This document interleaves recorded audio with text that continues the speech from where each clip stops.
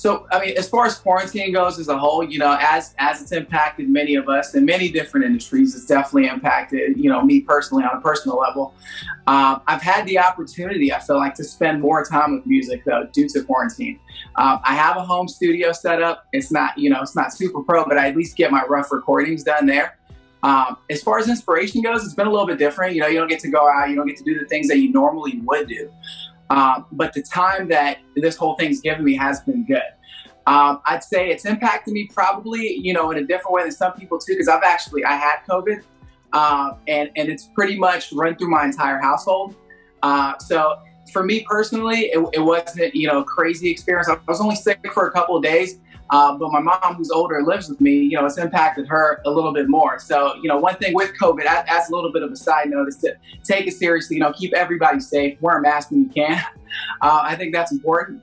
On the creative side, I was able to kind of go outside the box with some of the songs that I've been working on, because it hasn't been, you know, your typical. I'm kind of different, I think, with how I write. I'll write, you know, a verse when I'll start writing a verse in the shower. I mean, that's going to sound a little bit crazy to some people, I think, but I'll get the idea when I'm in the shower, and I'll quickly hop out, you know, get on my phone and at least put a few lines down so I remember it for later.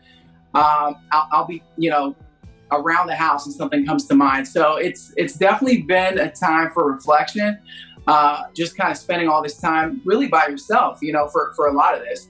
And kind of, you know, and from the standpoint of creating different things. So like a music video, for example, right now we're working on a music video for Mexico, my single that dropped last week. And it's a party song. We're like, what do we do with that, right? We can't really throw a party right now. You know, we can't have more than 4 or 5 people in the same room. So how do I collaborate with, you know, other artists that I've been working with? How do I collaborate with some of the producers that I work with on my team? And what do we have to do to still make it interesting and still continue to tell the story? And we've had to get creative. And I don't want to give too much away about the video, but I think we're doing a pretty good job at it. And I'm hoping that the final product, you know, everyone will be happy with.